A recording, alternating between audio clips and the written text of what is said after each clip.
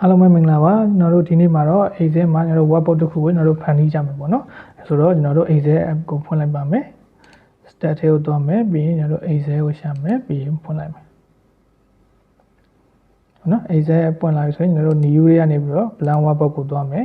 နောက်ပြီးကျွန်တော်တို့ဒီထဲမှာ data တွေရိုက်ထည့်မယ်ဟုတ်နော်ကျွန်တော်တို့ data ထည့်မယ်ဆိုရင်ကျွန်တော်တို့ data ထည့်ရင်တဲ့ကွက်ကိုကျွန်တော်တို့ select လုပ်ပြရမယ်ဟုတ်ပြီဒါဆိုကျွန်တော်တို့ select လုပ်လိုက်မယ် select လုပ်ပြီးကျွန်တော်တို့ data တွေရိုက်ထည့်မယ်ဟုတ်နော်ပြီးရင်ကျွန်တော်တို့ဒီ cell ကွက်လေးကိုကျွန်တော်တို့ကညာဘက်ကိုရွှေ့ခြင်းနဲ့ဆိုရင်ကျွန်တော်တို့က tab key ကိုနှိပ်ပြီးတော့ကျွန်တော်တို့ညာဘက်ကိုရွှေ့မယ်ပြီးရင်ညာဘက်ကိုဆက်ရွှေ့မယ်နော်အဲ့တော့အောက်ကိုဆင်းခြင်းနဲ့ဆိုရင်တော့ကျွန်တော်တို့ enter ကိုခောက်လို့လည်းရတယ် down arrow key အောက်ကိုပြတဲ့မြားလေးကိုနှိပ်ပြီးတော့အောက်ကိုဆင်းလို့လည်းရတယ်ဟုတ်နော်ကျွန်တော်တို့ enter ခောက်ချလိုက်မယ်ကျွန်တော်တို့လိုချင်တဲ့နေရာလေးကိုမြားလေးနဲ့ရွှေ့ပြီးသွားမယ်ပြီးရင် number ဆင်းတက်မယ်ပြီးရင်ထပ်သွားမယ်နော်အဲ့ဒါကျွန်တော်တို့ data တွေကိုထပ်ပြီးထည့်လိုက်မယ်နော်ဒီမှာဆိုရင်ကျွန်တော်တို့ data တွေထည့်ပြီးသွားပြီပေါ့နော် data တွေထည့်ပြီးသွားပြီဒါပေမဲ့ကျွန်တော်ဒီမှာဆက်လုံးနဲ့တချို့ဟာတွေကဖုံးနေတယ်တချို့ဟာတွေကျလည်းအကျယ်ကြီးတွေဖြစ်နေဟုတ်နော်ဒါတွေကိုကျွန်တော်တို့လိုက်ညှိမယ်ပြီးရင်ကျွန်တော်တို့ခေါင်းစဉ်လေးတွေကိုဆက်လုံးလေးလိုက်ကြည့်မယ်နော်နောက်ဒီမှာခေါင်းစဉ်လေးထည့်လိုက်မယ်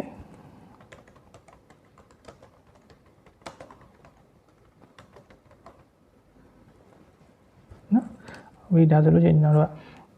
ဒီမှာ mouse pointer လေးကိုတစ်ချက်ကြည့်မယ်ဟုတ်နော်ကျွန်တော်တို့ဒီမှာ select လုပ်ချင်တယ်ဆိုလို့ကျွန်တော်တို့ general select လို့ခေါ်တယ်ဒီအပေါင်းအဖြူရောင်ပုံလေးနဲ့နော်အပေါင်းဖြူရောင်ပုံလေးကျွန်တော်တို့ select လုပ်မယ်10ခွက်လေးနော်ဒီမြားမဲလေးကတော့ကျွန်တော်တို့ row select လို့ခေါ်ပါတယ်သူကဘာလုပ်ချင်တယ်ဆိုလို့ရှိရင်ကျွန်တော်တို့ row တွေကို select လုပ်တဲ့အခါမှာသူ့ကိုသုံးပါတယ် row select ပါပြီးရင် column တွေကို select လုပ်တဲ့ကောင်မှာဒီကောင်လေးက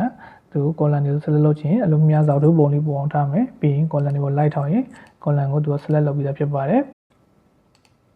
ပြီးရင်ဒီကောင်လေးကတော့ column width ပါ column width ကဘာလဲဆိုတော့ကျွန်တော်ဒီ column တွေဒီမှာနော်ကျင်းလို့မလို့ column တွေကျင်းတဲ့အတွက်ဒီမှာစလုံးတွေကဖုံးနေတယ်အဲကြကျွန်တော်တို့ column width တွေကိုချဲ့ကျင်နေဆိုလို့ရှိရင် column ပေါ်မှာကျွန်တော်မြားလေးတင်လိုက်မယ်အဲဆိုရင် column width ပုံစံလေးပေါ်လာမယ်နော်အဲကြကျွန်တော်တို့ကဆွဲပြီးချဲ့လိုက်မယ်ဟောဒါဆိုရင်ဖုံးတဲ့စလုံးတွေပေါ်လာဟုတ်နော်ဒီမှာဆိုရင်မြားနေတယ်ပြန်ချုပ်မယ်ဆိုလို့ရှိရင် column width မြားလေးတင်လိုက်မယ်ပြီးလို့ရှိရင်ဆွဲပြီးချုပ်လိုက်မယ်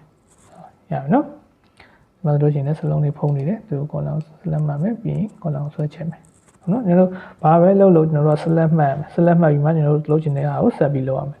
ဒီမှာဆိုရင်ကျင်းနေတယ်သူ column ကို select မှတ်မယ်ပြီးရင် column ဝလေးနဲ့ကျင်းမယ်ဟုတ်နော်ဒါဆိုရင်အကုန်လုံးကြည့်လို့အဆင်ပြေသွားပြီလောလောဆယ်ပေါ့နော်အခုကျွန်တော်တို့ဒီခေါင်းစဉ်တွေကိုကျွန်တော်တို့ကကြီးမယ် font size ကြီးမယ် font တွေချိန်မယ်အဲဆိုရင်ကျွန်တော်တို့လုပ်ချင်တဲ့ကောင်လေးကို select မှတ်မယ် select မှတ်ပြီးကျွန်တော်တို့က font နဲ့ font size ကိုပြောင်းမယ် font ကိုကျွန်တော်တို့ font တခြားတစ်ပြော့ font ကိုပြောင်းကြည့်မယ် font တခြား font ကိုပြောင်းကြည့်မယ်ဒီမှာ font ရွေးတဲ့ box လေးကိုနှိပ်လိုက်မယ်ပြီးရင်တော့ခေါင်းစဉ်ဖြစ်တဲ့စလုံးကြီးကြီးလေးရွေးလိုက်မယ်ဟုတ်နော်ပြီးရင်သူ့ font size ကြီးမယ် font size ကြီးချင်းဒီ A လေးကိုနှိပ်ပြီးကြီးလို့လည်းရတယ်သိချင်တယ်ဆိုရင်ဒီ A သေးလေးကိုနှိပ်ပြီးကြီးသေးလို့ရတယ်တို့တစ်ခါလေး font size ကိုသိချင်တယ်သိတယ်ဆိုလို့ရှိရင် font size ကိုနှိပ်ပြီးတစ်ခါလေးသွားလို့ရတယ်ဟုတ်နော် font size ဆက်လေးထားနိုင်မယ်သိချင်တယ်ဆိုလို့ရှိရင်ကျွန်တော်တို့ဒီမှာဆက်တစ်လို့ပြန်ပြောင်းထားလို့ရတယ်သိချင်တယ်ဆိုရင်ကျွန်တော်တို့ခုပုံမှန်ဆက်လေးထားလိုက်မယ်ဟုတ်နော်ဒါဆို font size ရပြီပြီးရင် font လည်းပြောင်းပြီးသွားပြီဟုတ်နော်ပြီးလို့ရှိရင်ကျွန်တော်တို့က font ကိုစလုံးကိုအမဲပို့ပြီးမဲခြင်းတယ်မဲနေတော့ကျွန်တော်တို့ select မှတ်မယ်မဲခြင်းတဲ့အတွက်ဒီမှာဘိုးဆိုတဲ့ခါလေးရှိတယ်ဟုတ်နော်ဒီကိုနှိပ်လိုက်စလုံးကပို့ပြီးမဲသွားမယ်ပြီးရင်သူစလုံးဆောင်းလေးဖြစ်ခြင်းတယ်ဆိုလို့ရှိရင်တော့ဒီမှာ item လေးကိုနှိပ်မယ်ဒါဆိုရင်စလုံးလေးတွေကဆောင်းလေးဖြစ်သွားမယ်ဟုတ်နော်ပြီးရင်တော့သူ့အောက်ကမြင်းချောင်းလေးတားခြင်းတယ်ဆိုလို့ရှိရင် underline ဟုတ်နော် underline ရှိမယ်ဝင်ပြန်ဖြုတ်ချင်တယ်ဆိုလို့ရှိရင်ကျွန်တော်တို့ဒီဟာလေးကိုတစ်ချက်ပြန်နှိပ်မယ် underline ပြန်ဖြုတ်မယ် item လေးပြန်ဖြုတ်မယ်ဘိုးပြန်ဖြုတ်မယ်နော်ဘိုးပြန်တင်မယ် underline နဲ့ item လေးနဲ့ဖြုတ်ထားလိုက်မယ်ဟုတ်နော်ပြီးရင်တော့ဒီခေါင်းစဉ်တွေကိုလည်းကျွန်တော်တို့ဘိုးတင်မယ်ဆိုရင်သူကို select မှတ်မယ်ဒါဆိုရင်တကွက်ထဲကို select မှတ်တာပေါ့နော်ဒီ row ဓာတ်တစ်ခုလုံးကို select မှတ်ချင်တယ်ဆိုရင်ကျွန်တော်ကဒီမှာ select တစ်ခါမှတ်မယ်ပြီးရင် shift key ကိုဖိထားမယ်ပြီးရင်အဆုံးနေရာမှာတစ်ခါ click နှိပ်လိုက်မယ်ဒါဆိုရင်တစ်ခုလုံးမှတ်ပြီးသားရတယ်ဟုတ်နော်အဲ့လိုမဟုတ်ဘဲနဲ့တော့ mouse ကိုဖိပြီးတော့ဆွဲပြီးတော့ select မှတ်လို့လည်းရတယ်အဲ့လိုမဟုတ်ဘူးဒီမှာ click တစ်ချက်ထောက်မယ်ပြီးရင် shift key ကိုဖိထားမယ်ညာဘက်ကို right arrow key လေးနဲ့သွားမယ်ဒါဆိုရင်လည်း select မှတ်လို့ရတယ်ဟုတ်နော်ကိုယ်စင်ပြေနည်းကိုသုံးပါဟုတ်နော်ဒါဆိုရင်ကျွန်တော် select မှတ်လိုက်မယ်ပြီးလို့ချင်းသူ့ကို font ပြောင်းမယ် font ကိုကျွန်တော်တို့က နော်ဒီကောင်လေးထားလိုက်မယ်ပြီးလို့ရှိရင်သူ font size ကကျွန်တော်တို့12လောက်ထားမယ်ဟုတ်ပြီနော်ဒါဆိုစလုံးလေးကြည့်သွားပြီအဲဒါကျွန်တော်တို့ font နဲ့ font size ချိန်တာပြီးသွားပြီ bold လောက်တာပြီးသွားပြီ italic လေးလည်းလုပ်လို့ရပြီ underline လည်းလုပ်ပြီးသွားပြီကျွန်တော်တို့ border နော် border ကျွန်တော်ဒီကောင်လေးကိုကျွန်တော်တို့စင်းတရားတွေကိုကျွန်တော်တို့ဘောင်လေးခတ်မယ်ဘောင်လေးခတ်ရင်ကျွန်တော်တို့ဘောင်ခတ်ခြင်းတဲ့ကောင်လေးကို select မှတ်မယ် select မှတ်ပြီးကျွန်တော်တို့ border ဒီမှာဆိုလို့ရှိရင် border menu လေးရှိရဲသူကိုနှိပ်ပြီးတော့ all border နော်ဒါဆိုရင်သူကအကုန်လုံးကိုဘောင်လေးခတ်ပေးသွားမယ်ဟုတ်နော်နောက်တစ်ခုကတော့ free color ပါ free color ပါလဲဆိုဒီ set ကွက်လေးတို့ကျွန်တော်တို့အယောင်ချေတာကို free color လောက်တယ်လို့ခေါ်ပါတယ်ဒါဆိုရင်ကျွန်တော်တို့ free color လောက်ချင်တယ်ဆိုလို့ရှိရင်ကျွန်တော်တို့ select မှတ်ရမယ်ကောင်းတဲ့နေကို select မှတ်နိုင်မယ်နော် select မှတ်ပြီး free color ဆိုရင်ဒီစေးပုံလေးကိုနှိပ်လိုက်မယ်ကိုရွေးချင်တဲ့အယောင်လေးကိုရွေးမယ်ဟုတ်နော်ကိုလိုချင်တဲ့အယောင်ဒီထဲမှာမပါသေးဘူးဆိုလို့ရှိရင်ကျွန်တော်တို့ဒီမှာ more color ကိုနှိပ်မယ်ဒီထဲကနေမှကိုကြက်တဲ့အယောင်လေးတွေကိုရွေးပြီးတော့ free လုပ်လို့ရပါတယ်ဒါဆိုရင်ကျွန်တော်တို့ free color ဖြစ်ပြီးသွားပြီပြီးလို့ရှိရင်ကျွန်တော်တို့က font color ထပ်ပြီးမယ်ဒီမှာဆိုရင် select မှတ်မယ်ပြီးလို့ရှိရင် font color ဆိုရင်ဒီ A ပုံစံလေးနဲ့မှကျွန်တော်တို့ဒီညလေးကိုနှိပ်လိုက်မယ်ပြီးရင်ကျွန်တော်တို့လိုချင်တဲ့ color ယူမယ်သူလည်းခုနတိုင်းပဲလိုချင်တဲ့ color ကိုဒီ more color တွေမှာသွားရှာလို့ရတယ်ပြီးကျွန်တော်တို့ color တစ်ခုထည့်မယ်ပေါ့နော်ဒီတို့ကျွန်တော်တို့ကဖိုးတင်မယ်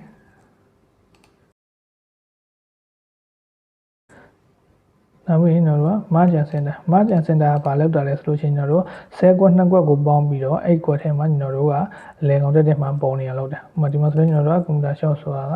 ဒီတစ်ကွက်ထဲမှာပဲရှိရဲဒီတခြားတစ်ကွက်ကိုကျွန်တော်တို့က data တွေထည့်လိုက်တဲ့အချိန်မှာဆိုလို့ရှိရင်အဲ့ computer shop ဆိုကောင်ကြီးဖုံးသွားပြီနော်အဲ့ကြောင့်ကျွန်တော်တို့ကအဲ့လိုမဖုံးချင်ဘူးဒီဟာကြီးကိုအမြဲတမ်းပုံနေတည်နေဆိုရင်သူ့ကို10ကွက်တွေကိုပေါင်းပြီးတော့တစ်ကွက်ထဲဖျောင်းလုပ်မယ်ပြောမှဆိုဒီ computer shop ဆေးဆိုတာဟဲ့ကိုကျွန်တော်ဒီအလဲကောင်တက်တွေတော့ပုံနေအောင်လုပ်ချင်တာဟုတ်နော်ကျွန်တော်တို့ကဒီကနေဒီကို select မှတ်လိုက်မယ်ပြီးလို့ရှိရင်ဒီမှာရှိရဲ margin center ကိုနှိပ်လိုက်မယ်ဟောဒါဆိုရင်သူကအလဲကောင်တက်တွေကိုရောက်သွားပြီနော်ဒါဆိုရင်ကျွန်တော်တို့က free color font color margin center ရပါပြီနော်အဲ့ဒါက cut move နော် cut လုပ်တယ် move လုပ်တယ်ဆိုတော့ကျွန်တော်10ကွက်တစ်ကွက်ကိုနေရာတစ်ခုကနေတခြားနေရာတစ်ခုကိုရွှေ့တာကို cut လုပ်တယ် move လုပ်တယ်လို့ခေါ်ပါတယ်နောက်ပြီးအားဆိုရင်ဒီမှာကြည့်ကြည့်အောင်နောက်ဒီ item name ဆိုတဲ့10ကွက်လေးကိုကျွန်တော်တို့ကတခြားနေရာကိုရွှေ့ချင်တယ်ဆိုလို့ရှိရင်ကျွန်တော်တို့ကသူ select မှတ်မယ်ပြီးရင် right click ထောက်မယ်ပြီးရင် cut ကိုနှိပ်မယ်ဟုတ်နော်အဲ့ဒီရှိရပြီးလို့ရင်သူ select မှတ်မယ်ဒီဗီဒီယိုကနေမှ cut ကိုနှိပ်လို့ရှိရင်လည်းရတယ်ပြီးရင် keyboard ကနေပြီးတော့ control ရဲ့ H ရဲ့အတွက်နေပြီးတော့ cut လုပ်လို့ရတယ်ပြီးလို့ရှိရင်ကျွန်တော်တို့ကဒီ mouse pointer လေးနဲ့ဒါဆိုရင် move ဟုတ်နော်မြားလေးကအချုံလေး၄ဘက်လေးနဲ့ဒီကောင်လေးပေါ့နော်ဒါဆိုရင် move လုပ်တဲ့ကောင်လေးပါသူ့လိုမြားလေး၄ဘက်ပေါ်လာအောင်ထောက်ထားမယ်ပြီးရင် mouse click ကိုဖိပြီးတော့ကျွန်တော်တို့လိုချင်တဲ့နေရာကိုရွှေ့ပြမယ်ဟုတ်နော်ဒါဆိုရင်သူ move လုပ်တာပါ cut လုပ်တာပါသူနေရာပြန်ရွှေ့မယ်နော်သူဒီကနေပြီးတော့ right click ထောက်မယ်ပြီးရင် cut လုပ်မယ်ကျွန်တော်တို့ရွှေ့ချင်တဲ့နေရာတခြားတင်နေရာကိုသွားပြီးတော့ select လုပ်မယ်ပြီးရင် right click ထောက်မယ်ပြီးရင် paste လုပ်မယ်နော်သူပြန်ရွှေ့ချင်တယ်ဒါဆိုလို့ချင်းဒီကနေပြီးတော့ cut လုပ်မယ်ဒီနေရာကိုပြန်ရွှေ့နေဆိုသူနေရာကို select မှတ်မယ် right click ထောက်မယ်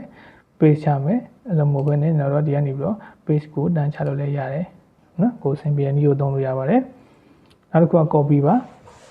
copy လုပ်တာကကျတော့ဒီ cell ကိုတခြားနေရာကိုပွားယူရဖြစ်ပါတယ် cut လုပ်တယ် move လုပ်တယ်ဆိုတာဒီနေရာနေပြီးတော့ရွှေ့ပြီးတော့တခြားနေရာကိုရောက်အောင်သွားထားတာဖြစ်ပါတယ် copy ယူရဆိုတော့သူကိုဒီနေရာမှာရှိမြဲရှိနေမယ်နောက်ထပ်တစ်ခုထပ်ပြီးပွားတာမျိုးဖြစ်ပါတယ်အဲ့လို copy ယူချင်တယ်ဆိုရင်ကျွန်တော်တို့ကသူ့ကို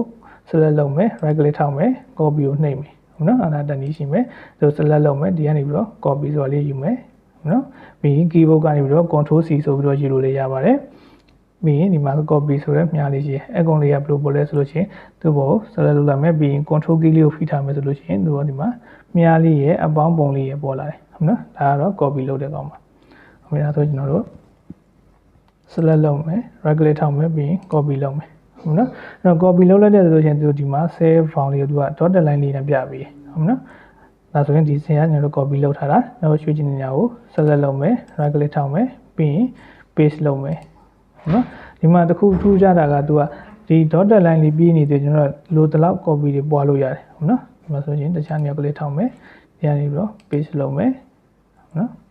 ်ဒီမှာဆိုရင် right click ထောက်မယ် right click ထောက်မယ် paste လုပ်မယ်ပြီးရင် paste လုပ်တာကျွန်တော်တို့ keyboard ကနေပြီးတော့ control V ကိုနှိပ်ပြီးတော့လည်း paste လုပ်လို့ရပါတယ်ဒီမှာ select မှတ်မယ်ပြီးရင် control v ဆိုပြီးတော့ချလိုက်နော်ဒါဆိုရင်ကျွန်တော်တို့က copy လုပ်တာ paste လုပ်တာဖြစ်ပါတယ်ဒီ dotted line လေးပြောင်းချင်တယ်ဆိုကျွန်တော်တို့က esc sk key ကိုနှိပ်လိုက်လို့ရှိရင် dotted line လေးပြောင်းသွားမယ် copy လုပ်တာလည်းမရှိတော့ဘူးပေါ့နော်ပြီးရင်တော့ဒီ data တွေဖြတ်ချင်တယ်ဆိုရင်ကျွန်တော်တို့သူကို select မှတ်မယ်ပြီးလို့ရှိရင် right click ထောက်မယ်ပြီးရင် delete ကိုနှိပ်မယ်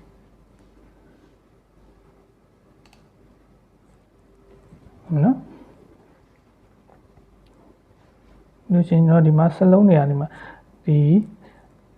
ဆဲကွက်လေးတွေကျွန်တော်အောက်ခြေမှာကတ်နေတယ်နောက်တော့သူ့ကိုအလဲကောင်တက်တက်လေးပေါ်ချင်တယ်ဆိုလို့ရှိရင်ကိုလှုပ်ချင်တဲ့ကောင်တွေကို select မှတ်မယ်ပြီးလို့ရှိရင်ကျွန်တော်တို့ကဒီမှာအလဲကောင်ပေါ်ချင်တယ်ဆိုရင်ဒီမှာဆိုလို့ရှိရင် middle line ရှိတယ် middle နဲ့ line သူကအလဲကောင်မှာပေါ်တယ် top align ဆိုလို့ရှိရင်ကျွန်တော်တို့ကအပေါ်လေးကတ်သွားတယ် bottom line ဆိုအောက်ခြေကတ်သွားတယ်နောက်တော့အလဲကောင်တက်တက်လေးပေါ်ချင်တဲ့အတွက် middle line ကိုသွားမယ်ပြီးရင်ကျွန်တော်ဒီစလုံးတွေကိုဒီအလဲကောင်တက်တက်လေးမှာပေါ်ခြင်းတယ်အဲကြရင်ကျွန်တော်တို့ကဘာလုပ်လဲဆိုလို့ရှိရင် center ကိုနှိပ်ပါတယ်ဒီအလဲကောင်နေပါသူနှိပ်လိုက်တော့အလဲကောင်ကိုကတ်သွားမယ်ဒီကောင်ဆိုလို့ရှိရင်ကျွန်တော်တို့က line left ပါဒါဆိုရင်ဘယ်ဘက်ကိုကတ်သွားမယ်ဒီကောင်ဆိုရင် line right ညာဘက်ကိုကတ်မယ်နော်နောက်တော့အလဲကောင်တက်တက်လေးထားရင်လည်းအတွက် center မှာထားမယ်အဲဆိုရင်ဒီစလုံးတွေလည်းကျွန်တော်တို့အလဲကောင်မှာထားရင်လည်းသူ select မှတ်မယ်ပြီးရင် center မှာထားမယ်မြင်တရားတွေအကုန်လုံးကိုကျွန်တော်တို့အလဲကောင်တက်တက်ကြောင့်ပွင့်တဲ့အတွက် middle မှာထားမယ်နော်ဒီမှာတစ်ခုကြည့်မယ်ဒါလေးကို middle မှာထားမယ်ဒါဆိုရင်ရသွားပြီနော်ဒါဆိုရင်ကျွန်တော်တို့က top ရဲ့ middle ရဲ့ bottom ရဲ့ဆိုပြီးရှိမယ်ဒါကတော့ကျွန်တော်တို့ဒီ row ထဲမှာကျွန်တော်တို့ကအပေါ်ကတ်တဲ့အလဲကောင်ထားတဲ့အောက်ခြေတွေချတယ်ဟုတ်နော်ဒီကောင်ကကျတော့ column မှာဘယ်ဘက်ကိုကတ်တယ်ညာဘက်ကိုကတ်တဲ့အလဲကောင်မှာထားတယ်ဟုတ်နော်အပြင်ကျွန်တော်တို့ cell value တွေကဆိုလို့ရှိရင်ကျွန်တော်တို့ဘာတွေရှိလဲဆိုတော့ကျွန်တော်တို့က text တွေရှိမယ်ပြီးတော့ number တွေရှိမယ် formula တွေရှိမယ် text ဆိုတော့ကျွန်တော်တို့စာသားတွေပေါ့နော်ခုနကဟိုဘက်မှာရေးတဲ့ hello world ဆိုတဲ့စာသားတွေ number တွေကဒီမှာတန်ဖိုးတွေပေါ့နော်ဒီတန်ဖိုးတွေရှိမယ်ပြီးရင် formula တွေဆိုတော့ကျွန်တော်ဒီထဲမှာတွေ့ရမယ့် formula တွေရှိမယ်ပေါ့နော်နောက် formula ကိုကြည့်မယ်ဆိုလို့ formula မှာဆိုဘာတွေရှိလဲဆိုရင် operator တွေရှိတယ် cell reference တွေရှိတယ် constant number တွေရှိတယ်ဟုတ်နော် operator ကတော့ဘာလဲဆိုရင်ကျွန်တော်တို့အပေါင်းတွေအနှုတ်တွေအမြောက်တွေအစားတွေနှစ်ထပ်ကိန်းတွေအဲ့ဒါကိုကျွန်တော်တို့က operator လို့ခေါ်ပါတယ် cell reference ဆိုတာတော့ကျွန်တော်တို့ဒီ cell number တွေယူပြီးတွက်တာကို cell reference လို့ခေါ်ပါတယ် constant ကတော့ဒီ cell ကွက်ထဲမှာရှိတဲ့ number တွေကိုကျွန်တော်တို့ constant လို့ခေါ်တယ်ဟုတ်မလားဒါဆိုရင်ဒီမှာဆိုလို့ရှိရင်ကျွန်တော်တို့က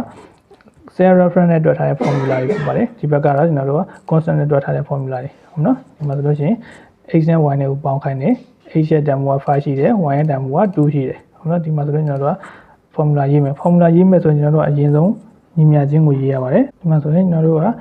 x ရဲ့တန်ဖိုး5နဲ့ y ရဲ့တန်ဖိုး2နဲ့ကိုကျွန်တော်တို့ကပေါင်းပြအောင်ဖြစ်ပါတယ်အဲ့တော့ကျွန်တော်တို့ formula ရေးမယ်ဖြစ်တဲ့အတွက်ညီမျှခြင်းကိုရေးမယ်ပြီးရင်ကျွန်တော်တို့ x တန်ဖိုး5ရှိတဲ့နေရာကို click လုပ်မယ်ပြီးရင်ပေါင်းလုပ်မယ်ပြီးရင်ကျွန်တော်တို့ y ရဲ့တန်ဖိုး2ရှိတဲ့နေရာကိုကျွန်တော်တို့ click လုပ်မယ်ပြီးရင် enter ခောက်ချလိုက်မယ်ဒါဆိုရင်အဖြေရပါပြီ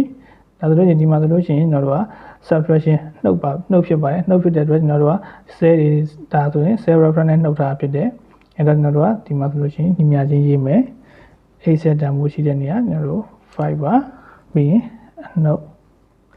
မယ်ပြီးရင် y ရဲ့တန်ဖိုး2ပါပြီးရင် enter ခောက်ချပါမယ်ဒါဆိုရင်3ရပါမယ်